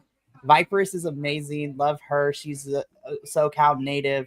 Be popping up everywhere. She had a ballin' match against Marina Shafir a couple weeks ago up in Washington for the Defy Women's Championship. But Willow Nightingale squashes your mom's favorite Chola, Viperous. And I love the moment where she did pull up and square up the hair like a true Cholita from Southern California, which was really, really fun to watch. But Willow with the powerbomb for the win. But we also see that Chris Statlander's watching this, and she still wants nothing to do with Yuta and the Death Riders, because Wheeler's like, you're welcome. And she's like, I didn't need your help. And then just walks off screen. I love Willow. I just wish she didn't have a squash match. I love you so much, Willow. There's not much you can say. It's a squash match just to set up the Wheeler Yuta and Statlander thing. She's so much more involved in so many other things. I want to see her fighting Marina Shafir again. Like something. Right. I will say though, because when we talk about the women's gauntlet match, we're gonna talk about Willow because I have some theories. Oh, we got to move on. Backstage, this on again, off again, like will they, won't they friendship of Anthony Bowens and Daddy Ass, Billy Gunn. I don't know where we're going, y'all. This is getting kind of crazy. Like, I'm just like, either this is a shit or get off the pot moment. Sorry for the cursing, but this is it. Either break them apart or keep them together. We can't be having this on again, off again thing. I was so upset. Please, something. Please. They don't know what Anthony Bowens is about. How can you define him? True. Is it he's stuck because creative won't let him branch out, or is he just sort of in between storylines? Or dude's talented and incredible. They just have no momentum behind him. Like that's part of the problem. And also, at least Max has his gimmick, but since they split Max and Anthony up, and you know, the Acclaimed are no more at this point, for right now, both of them have kind of like been listless. Max has had more success because the gimmick of his has been getting over with fans, but Anthony is kind of just stuck. He's very talented, but there's no substance of story behind him. And we're still on the whether him and Billy Gunn are still going to be a team or whatever. I was just like, we need to start moving somewhere. Either break them up and truly let Anthony go on his own to something, or whatever this is. Like, it's time to close this chapter, y'all. I'm sorry. I love him, but we got to close this chapter and start a new one. Let's do that then. Let's just close the chapter then. Move on. So let us move on. Ooh, this match, y'all. Oh my god. This was God. 30. This was like, again, I was there live. This was a 30-minute match, and this was the second match of the evening after the Kevin Knight, Shelton Benjamin, and Nick Wayne match. This is the second match they gave us in the evening. my God, for 30 minutes, we were glued. Our eyes were glued to the ring. Like we were all up at the whole crowd was up behind their seats. I would like to shout out Turbo because apparently he is also diabetic. So because we saw the little patch on his arm, but which was really fun. And it was a really fun conversation because it was like, you're going to go flying and you're going to get hit. How's that going to stay on? Which was really fun. But we get pulling a shatter machine out of nowhere. Ooh! So FTR versus the Outrunners, like this was my favorite match of the whole entire night. I'm not even going front, y'all. This was so good, and I was just like, FTR as characters, I'm questionable on certain things. Like this is a weird, like where we're going. But hot damn, like if they do not pull out some bangers, like they're always involved in the Collision tag team matches that are always like match of the year contenders with me. Like that, what was it? That 30, 45 minute, almost an hour match with Juice Robinson and Jay White that they went to 2 out of 3 falls. This match, I'm like, oof. And you know what? The Outrunners, we love them. They're gimmicky. They're comedy. We love them. This was the best I have seen these boys. And I enjoy everything that they do, but this made me think, I'm like, oh my God, let's put them in the tag team championship scene. Give them a run. Like for real. Whenever FTR becomes tag champs again down the line, let the Outrunners be the ones to take it off them. Like, give these boys a title run. They need a full title run and not just one where they're transitional champions. Like, they can make comedy gold out of this. But yeah, Professor, go out of your way to watch this one. This, for me, this is match of the year contender for me. It's close. Really, yeah. I need to go check out this Collision. It sounds like there's some stuff in here. It's almost like it's a special Collision that actually did really well. Right? It's not. It's like 100 episodes of Collisions, which is kind of crazy. Who knew? But what happened to Rampage? So, Rampage, where Dark went.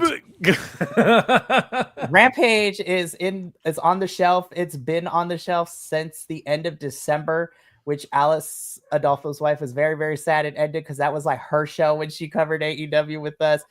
But she still keeps up with Collision and Dynamite, which is That's great. what's funny is Rampage was the one that I would catch every now and then because I was free, and now I gotta find a way to. Rampage was the weirdest thing. Rampage, where all the weird stuff happened, but it also was had so some random. of the great, it was great. stuff. Well, but that's because Dark went away because that's what Dark was. Basically, Right. That's also true. Yeah.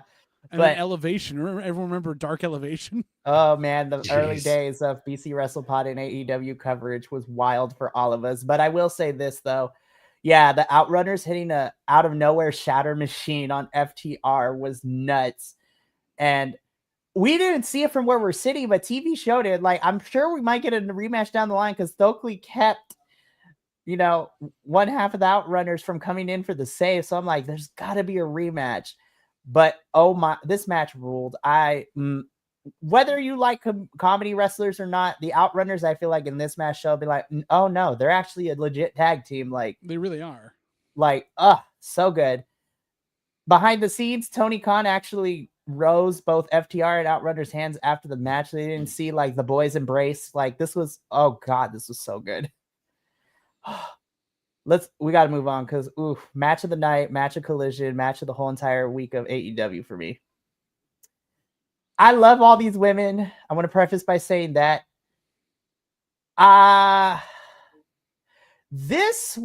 it took us a while to get to where we need to. I'm just going to, for me at least. Now, again, we didn't know we were getting this match. Mama Laguillo is the presidente of the Thunder Rosa fan club. She got to see Thunder, which is great. Yes, but she also had a problem because of the fact that Thunder and Athena left like halfway through the match. Which it sucks. Yeah. I was like, damn, Thunder didn't get to do a lot. Athena's not going to do a lot because, again, we're playing into what is building for Friday evening where Athena's defending her title against Thunder at Ring of Honor Supercard of Honor. Right. Okay.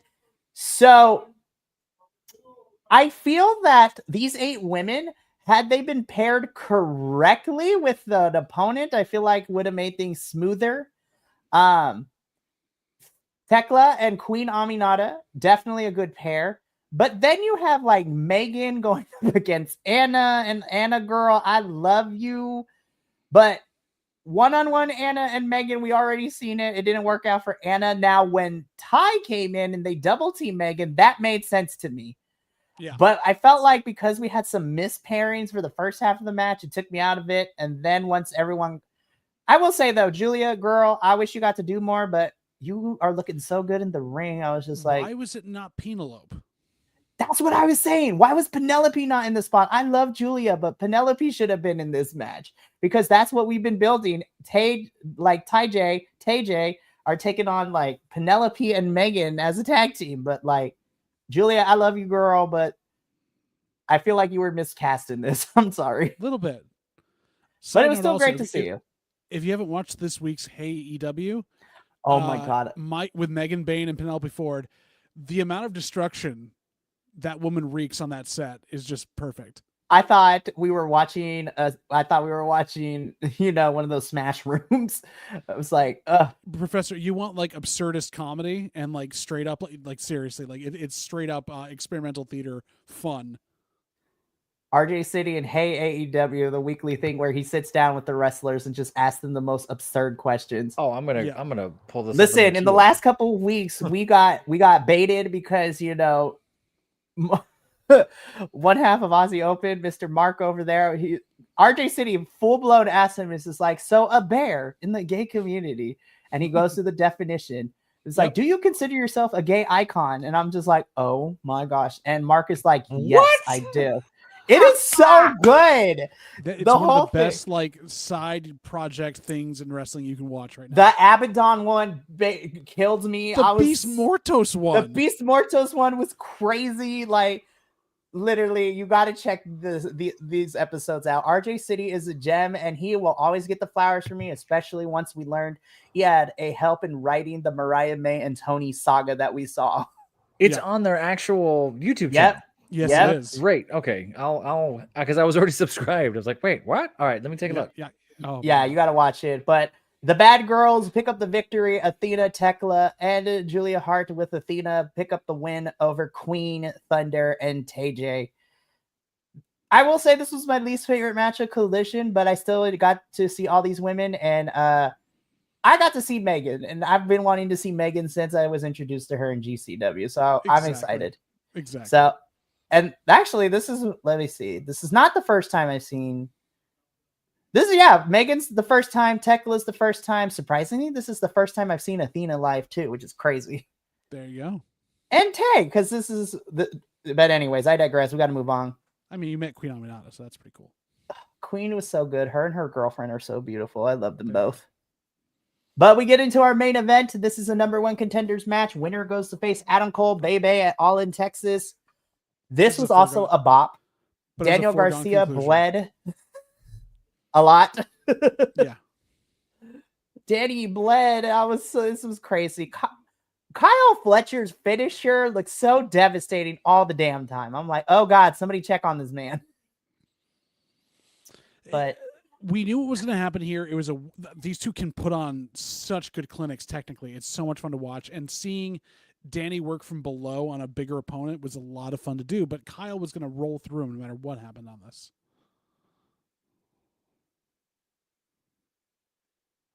That's all I got for it. So I was going to say, I was like, oh, okay.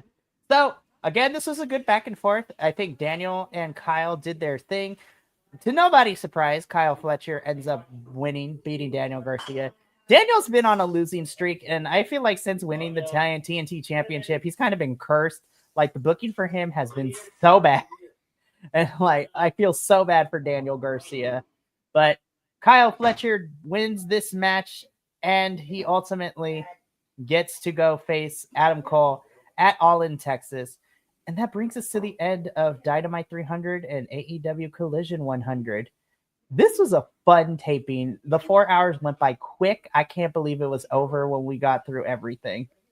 And Tony Khan like dropped some hint, but not really, because afterwards Tony Khan wanted to thank everybody. You know, he talked about how AEW has brought so much to the wrestling community and how much the fans play a part in that. He shouted out the guy who was wearing the anti-fascism shirt, which was great to watch, which was also got on TV too. That's cool. I died with the, Kyle Fleshlight section. I was just like, oh God.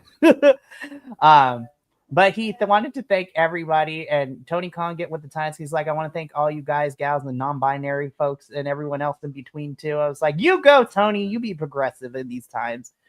And he ended by saying, he's just like, thank you so much. Southern California has always been a great crowd, a great turnout, and we'll see you for the next Southern California pay-per-view. I'm like, are you telling me we're getting another SoCal pay-per-view this year, Tony? Because please. So we'll see. But yeah, gentlemen, Dynamite 300, Collision 100. This was a really fun week for AEW. This was amazing. This was so good. So yeah, there's some stuff I gotta go watch. It sounds like there's match of the year contenders in here. Mm-hmm. Oh, absolutely. Again, the FTR Outrunners match was my favorite match on Collision, but it also ended up probably being my favorite match from AEW this past week, which was so good and so solid. And I had such a blast. But we are done with the regular review, but we are not finished with our full-length review, because now now comes the time where we got to make predictions for y'all in Texas. So we are going to be doing a watch along this Saturday at 12 p.m. Pacific, 3 p.m. Eastern, because I was just like, it's going to be an early start. There's so much. Had to. Yeah, there's too much wrestling this weekend. I'm sorry, y'all. This is crazy out here. And I'm just like, what are we doing with our lives? But counter programming. Or at least trying to. I'm gonna be so for real. I was just like, again, I've been saying this leading into this weekend. I'm like, if y'all are going to counter program, y'all gonna make me interested in what you're offering. And as soon as I saw Gunther and Goldberg, I was like, oh, this is an easier choice. AEW boys, are we gonna do this all in Texas watch along? Yes, we are. Yeah, that probably backfired a little bit. Meanwhile, they're sending Evolution out to die, which I'm so pissed about. I'm angry, and I told the WWE boys, I was like, I don't have to be in my destination next week until Monday, but I was just like, I wasn't planning on doing a watch along for Evolution because it was pending that, but I was just like, these women deserve better, so we were going to give them the spotlight that they deserve because this build has been shit. But let's get to kill it. It's ridiculous. This whole Evolution pay-per-view, just the way that they handled it is, well, here you go, because y'all kept complaining. I was like, how dare you do that to the women on your roster? But I digress, because we're here to make all-in Texas predictions. So, this is going to be an interesting one. So, we kind of did this when we did our Evolution pay-per-view predictions on Sunday. Revolution. Evolution, all the good stuff. But let's make our predictions. So let's start with the women's casino gauntlet match. So this is how this one's going to work. So for actual points, for you to get the actual point, boys, you need to pick up these 4 options. Which is going to happen first in this women's casino gauntlet match? Do we get a return? Do we get a debut? Do we get an international star from any of the international promotions in this match? Or do we have a legend of wrestling coming into this one? So, to get an actual point, which one do you think is going to happen first? I'm going return. Ooh. Deonna Purrazzo is going to be in there. Yes. Or Britt Baker, just to make everyone go, yeah, I think return's the easy pick, even though there's a lot of international waters, without a better way to say that. That's great. I think return. I'll say return. That is very true. Man, a return is the easy pick, but I'm going to go with a debut. I think before we get a return, I think we get the debut of Alex Windsor in this one first. You really think of it first before a return? I think she's debuting in this, but I don't think she's going to be first. You know what? I'm going to go with the return for you. Honestly, AEW just throws everything at the wall, and so we're going to find out what sticks. So just to be safe, I'm going to go. They probably don't know. That's true. Yeah. Honestly, if we get, Alex Windsor debuting, Deonna Purrazzo coming back would be great. I would love to see Sheeta come back in this one. Mm-hmm. Sheeta being in here would be fantastic. So we all pick, we get a return. Now, for a bonus point for the women's gauntlet. So this does not count against your final total, but if you somehow manage to pick the correct winner, your bonus point will like cancel out any wrong prediction. So let's say you make a prediction wrong for the TNT Championship match, but you got the women's gauntlet match winner correct. So that bonus point cancels it out. And so that counts as like an actual point. So even if you got it wrong, it kind of fixes itself, which is kind of great. So, boys, in the plethora of just so many women to choose from, who do you foresee walking out as your women's casino gauntlet winner and therefore getting a future championship shot? Megan Bain. Did you took it out of? I wrote that down. The same thing. It's right there. I literally wrote that down. Because it's So right. again, this doesn't count against you if you get it wrong, but if you get it right, you get that cushy bonus point to help you down the line. Man, John squared for the win. Yeah, I think it's Megan Bain. I think it's fun. I think she should. I think she's tearing it up. I think she's the only one that kind of, I don't want to say the only one. I think she hasn't had a storyline yet, and this would be a big win for her as Behemoth. Let's see you could do more with her if she wins this. I guess. That's very true. For me, it sets up both ways. If Mercedes wins and then Camille comes out of nowhere, you've got Bain versus Camille setting up to try to get to Mercedes. Yes. Otherwise, if Tony wins, we have the run back of them after that. So, I mean, you've got set up there for it. That's very true. Do I want to bet to try to get this bonus point, or do I just want to go with my heart? You're going to pick Jamie Hayter just for the hell of it, even though she's still injured. I know. Yo, if Jamie came and won this thing, I'd be like, yeah, okay, this is great. I mean, Mina in there winning was also something I was thinking. I was like, that would be super cool. So yeah, I thought about this. I'm probably 100% wrong, but that's usually kind of helped me for some odd reason. I'm going with Willow on this one to win. I think I don't hate Willow either. I don't hate Willow. Honestly, for me, it was between Megan, Willow, or Chris, one of those three. But I'm going to go with Willow on this one just to be the contrarian. Do it. I think Chris, they don't know what to do. She's kind of in story purgatory, which is a shame, and they shouldn't be. I think they gave Willow the big push the last half of last year and sort of into this year, and now they've kind of stalled it out for some reason, so it's possible. My head goes to Megan Bain because I feel like it's her turn. Very and true. like John was saying, with running it back with Toni Storm should be incredible. Like she's doing the social media, she's everywhere. I think it'd be a smart pick. Right. Alrighty. So now let us get into the men's casino gauntlet match. Same first question. What happens first? Do we get a return, a debut, an international star, or do we get a legend? I don't know. What Texas legends are just sitting around not in wheelchairs? So I don't know what legends or have passed away. Yeah, I don't know what legends are around to bring in. We have had an influx of international stars, so that's possible. And do they count as a return if they were just on like Dynamite or something recently? See, now we're going to argue about the stipulation. Maybe it's a debut. Maybe I've talked myself into it's a debut. A debut. A debut. And now making his debut. As opposed to a night butt. It's a day butt. That's very true. Day. So Professor is going with debut.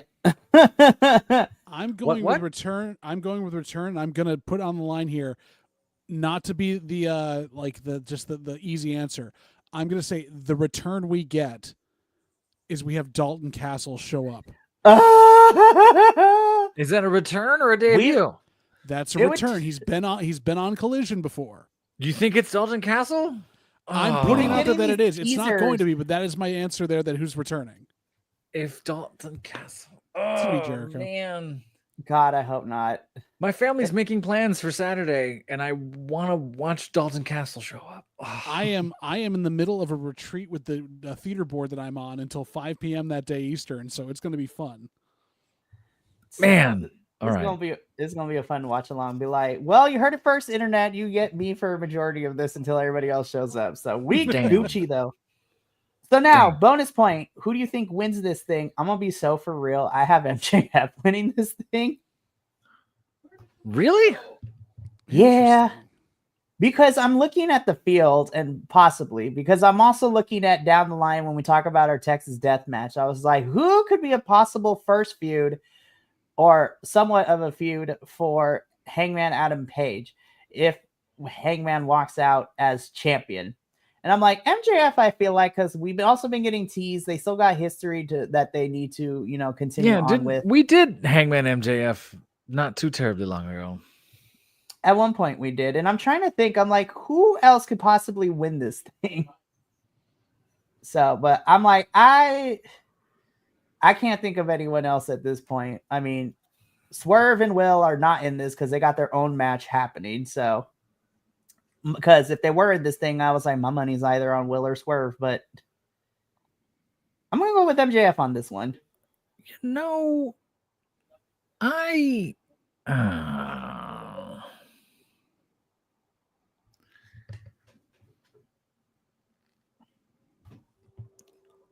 I had a pick and now I'm changing my mind because you brought up an interesting point.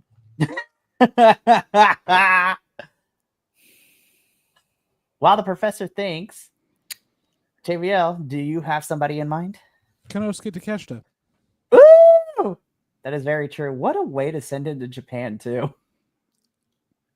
I think that'd be amazing, and it's right there with Kyle taking the TBS championship, and you have Takeshita going up against Hangman. Oh, give me that all day long. For reals. All right, so I got MJF. JVL has Takeshita, which means Professor. Who you got? I was trying to pick someone from the Dom Callis family. Sorry. Your best bet is Takeshita. Because in my head, those are the only ones that would have the momentum and the words to do it. I really wanted to pick somebody else, but Tony Khan's not going to pull the trigger on Brody King or some of those other folks that I would love to see win that thing. AR Fox, sure. In the perfect world, Brody King would win this one because especially of the work he's been doing over the last 2 months. And I was just like, listen, he made the news with that abolish eyes. Give this man like for reals. I want good things for Brody King. Sure. Yeah. All right. I'm gonna steal John's pick and say Takeshita. That is okay. All righty. So now, again, we still get into the tougher territory. So now let's get into our actual matches. So Young Bucks versus Swerve Strickland. Remember, if the Young Bucks lose, they are no longer EVPs of AEW.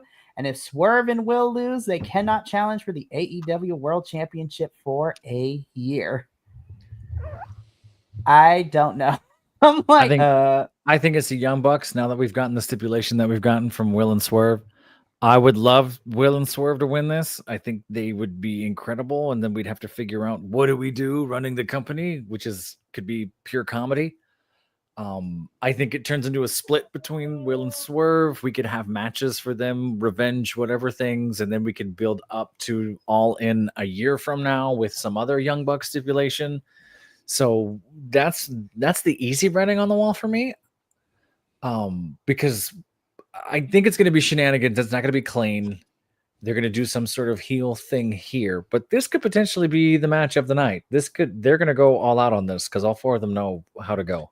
It's actually All In. We already had All Out a couple months ago. Sorry. All out is in Toronto in September. We're back. All In, all out, all detergent.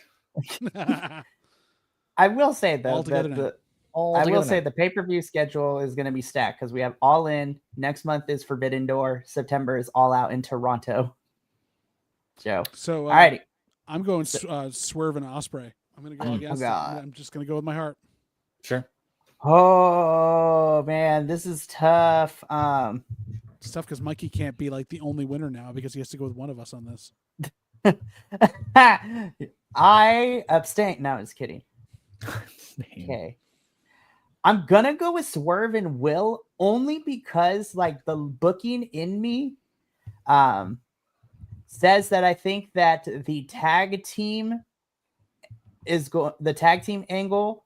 I don't think what I'm saying is that if Swerve and Will lose, the writing needs to be impeccable because your top two stars for a whole entire year are not allowed to challenge for this championship. So I'm also going to go with my heart because I feel like Swerve and Will should win, but who knows? We'll see what happens. Nick. Hi, buddy. Hey, we're in the middle of our predictions for All In Texas. Nick asks, watch along this weekend for All In. Nick Club wants to invade for a match. Yes. Well, We get will in be- there, man. Get We in will there. be doing a Forbidden watch along for Door. All In Texas, which is going to be great. And the Johns can't be there until later anyway. I know, yeah, the So- Johns are there after the fact. So it will just be me holding down the fort until the Johns get there. Sure. I'm so This pissed at the Fed for doing this because we could have seen it at a normal time. Would have been fine. I know. Forget the Fed. So Professor has the Young Bucks, and then JVL and I have picked Will and Swerve. This still should be one hell of a match, though. I'm excited for this. Yeah. This is also one where I'm just like, So we have an AEW World Tag Team Championship 3-way match. We are getting the Patriarchy versus the Hurt Syndicate versus Jet Speed. A little bit of a weird addition to the Patriarchy in this whole entire thing. Which means to tell me that somebody, either Patriarchy is going to take this pin, most likely. But I have Jet Speed walking as the winners for this one. You think so? Because I'm thinking of, the tag team championship scene. And I'm like, if her syndicate retain it, that'd be cool. But also, we know that heel versus heel feuds don't tend to be very good unless you write them very well. So FTR has been poised to be the next ones up to challenge for the titles. And as much as I would love to see FTR and Hurt Syndicate go at it, I think you get more gravitas out of Jet Speed being your babyface champions against FTR.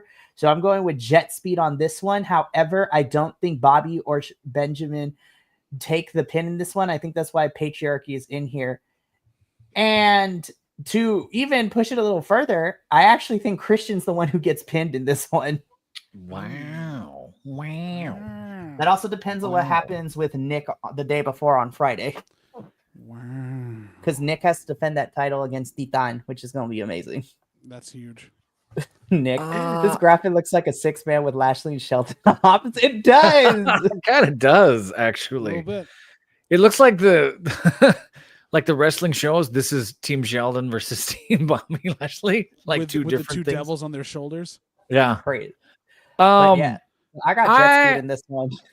I think the Hurt Syndicate's retaining.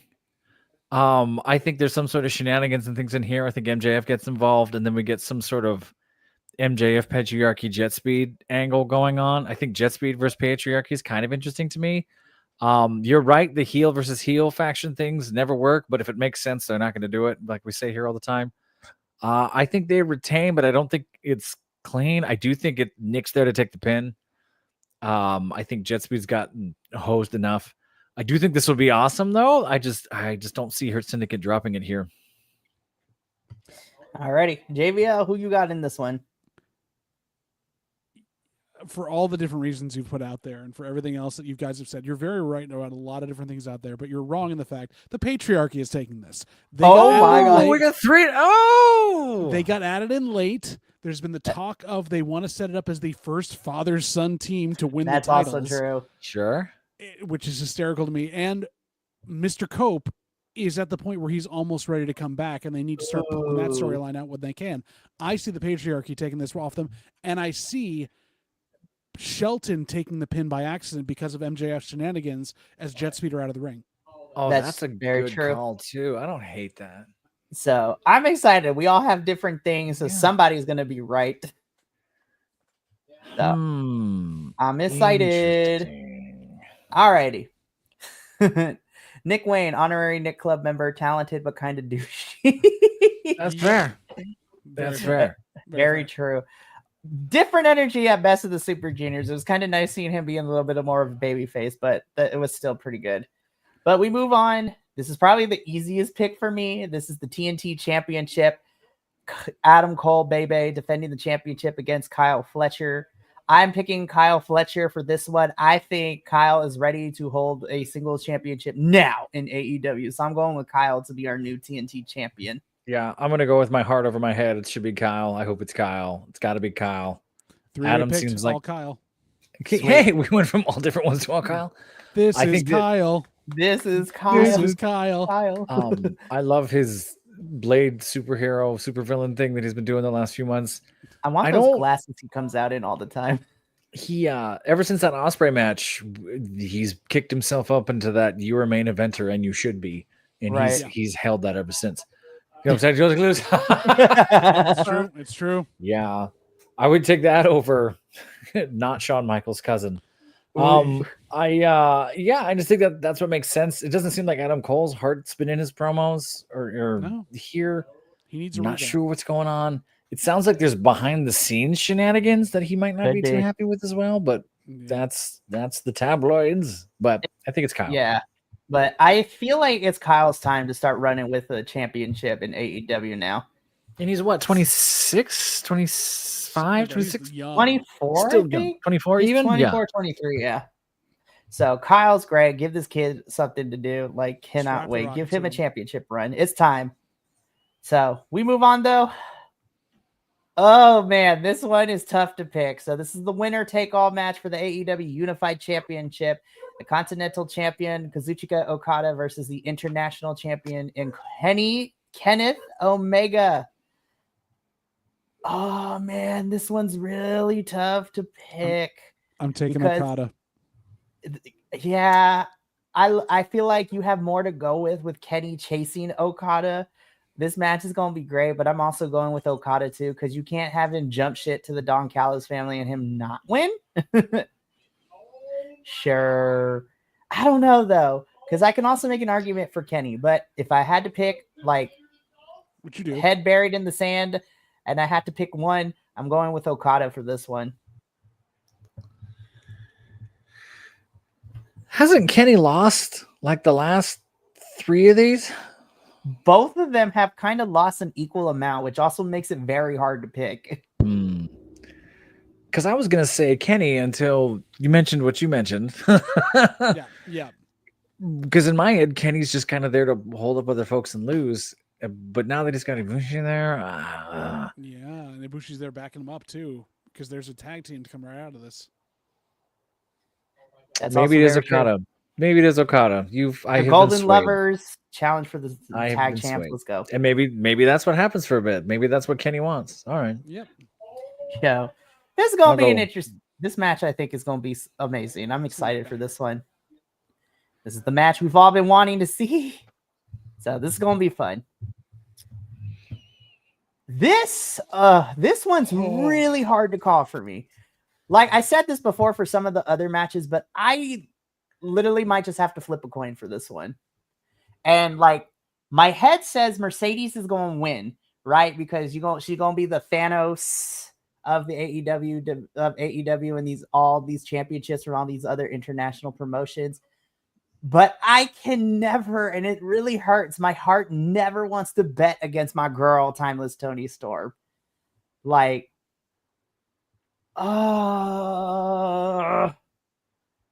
you know what? I don't care if I lose the point. I'm going with my heart with this one. I can't bet against Toni. I'm probably going to be disappointed, but that's my girl. I can never bet against the Timeless one. Especially since her promos have been so freaking good. I'm going to go with Toni on this one. I can't bet against my girl, and I'm willing to take a hit on a point if I'm wrong. But I can't bet against Toni. I think Toni should win. I think they're going to give it to Mercedes Moné. I think Toni should win and keep it up. She should hold it forever. She should have all the promos. I think they're going to keep Mercedes Moné as this untouchable belt collector for a while now that she's gotten the momentum she's gotten. And then it's going to be Toni chasing or Toni evolving or Toni whatever after the fact, which is always fun to see. But her promos are still going to be on point no matter what. I just don't think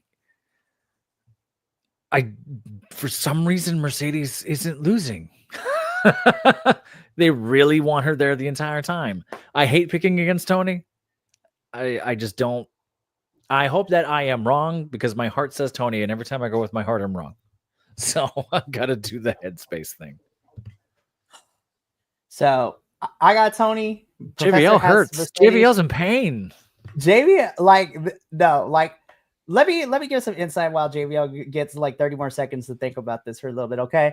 We have been following Toni since the inception of BC WrestlePod, and JBL can attest to that. Like, this girl has been on our radar from Stardom and the Independents to the Mae Young Classic to NXT UK, everything. NXT UK, all that stuff, main roster fumbling her, and then her reinventing herself and killing it here in AEW. Like, she has become our girl. And she's also a fellow Bicon as well, because, Yeah. you know, she's part of Out and our proud. little community. We love her. Juice Robinson, you are a very lucky man. So, JVL, though, the question needs to be asked. Who you got to walking out as AEW Women's World Champion at Y'all in Texas? I predicted it weeks ago. I didn't want to predict it. I'm still going with it. Mercedes is going to take it in belt collect. Prove me wrong. I will, same as Mikey, I'll take that hit, and if I lose a point, prove me wrong, Tony Khan. But Right. it's going to Thanos. Oh, man, this is going... I'm excited because this pay-per-view is going to make... And honestly, I'll get on my soapbox a little bit. I love that we can't really tell where this is going to go because we can make arguments for both sides, which makes Predictions League so spicy and so much more fun. Whereas compared to a certain other federation, we could probably guess who is walking out winner, and it kind of makes things stale because we're like literally in a whole tie. This better be the penultimate match. This better Yeah, be do not before put the this in the death match. beginning or Oh, the yeah. middle of the card. Yeah. This needs to be towards the tail end. Like, Watch them Please. open with this. I swear to God, if they I think open with because they've this, got the- I will... Because they've got the casino gauntlet matches, I don't think they will. They're going to open with either the women's or the men's gauntlet match. I think Sure. that's what's going to open. The show. Damn. But this needs to be towards the end of the card. This needs to be either semi-main event or like, yeah. I honestly space out the matches. Have Okada and Kenny like towards the middle. Have this be the second to last match, and then you can go straight into Hangman and Jon Moxley, which we're going to talk about right now. There is no other option for me in this Texas Death Match for the AEW World Championship. I'm going with Hangman Adam Page. He needs to be the hero in this story. Like, there is no other option. I refuse to pick Moxley. I am sorry, y'all. I cannot pick Moxley because I do not want to live in this world where Jon Moxley continues to run through everybody who has a potential to be champion on this roster, because Hangman is the only one we got left right now. And don't get me wrong, I love me some Darbs. Darby Allin is awesome. I have the sweatshirt from him, but Darby has been so out of this for so long. He is not the person right now. Hangman Adam Page is the hero of this story, and he needs to finally get this thing back. This is the match, but what makes me worried is that Hangman, for the majority of this, has walked out of Texas Death Matches as the winners. His record in Texas Death Match is great, so I'm a little worried that this is where he's going to lose, but I am going to put that aside because I am going with Hangman. There's no other option for me.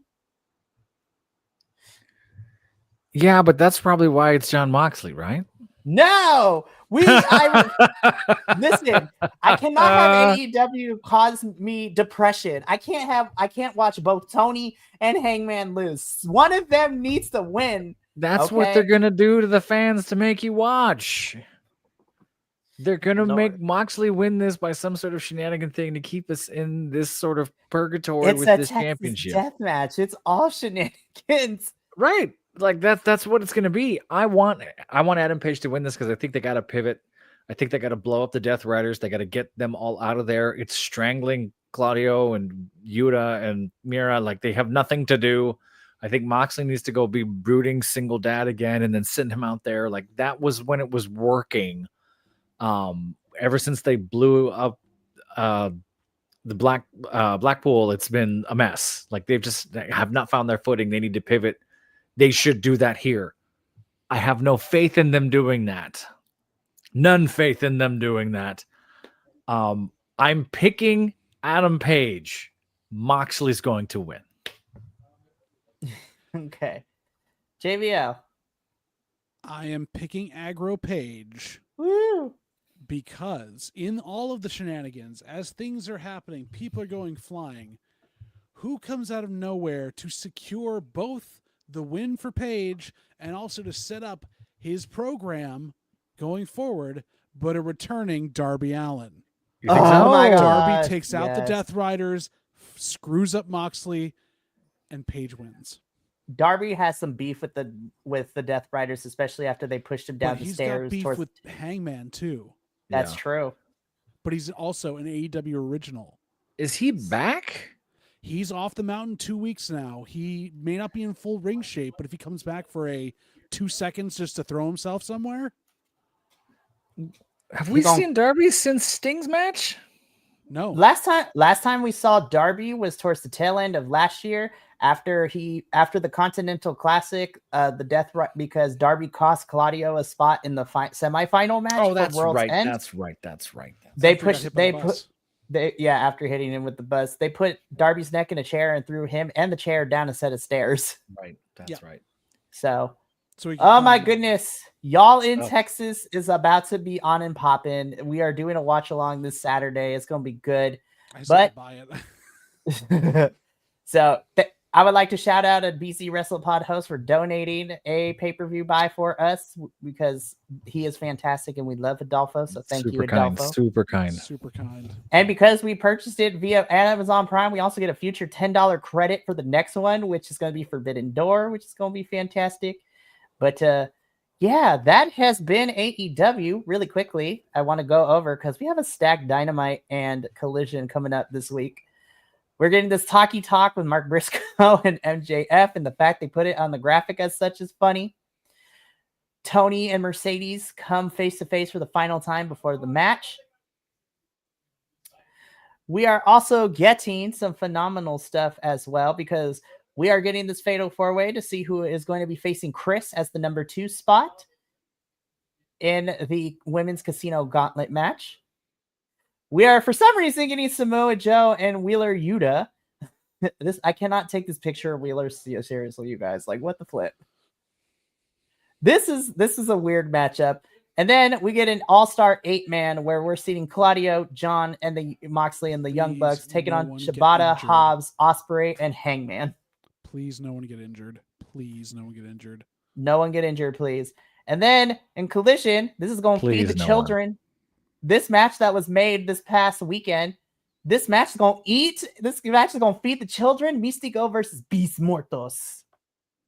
Just AEW, I swear to God, just let these two fly. Let them do everything within reason because we don't want nobody to get hurt.